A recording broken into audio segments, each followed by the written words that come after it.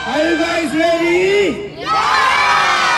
Okay, so before we start, I just like to say thank you so much, Ateneum teachers who are very talented teachers. Thank you so much.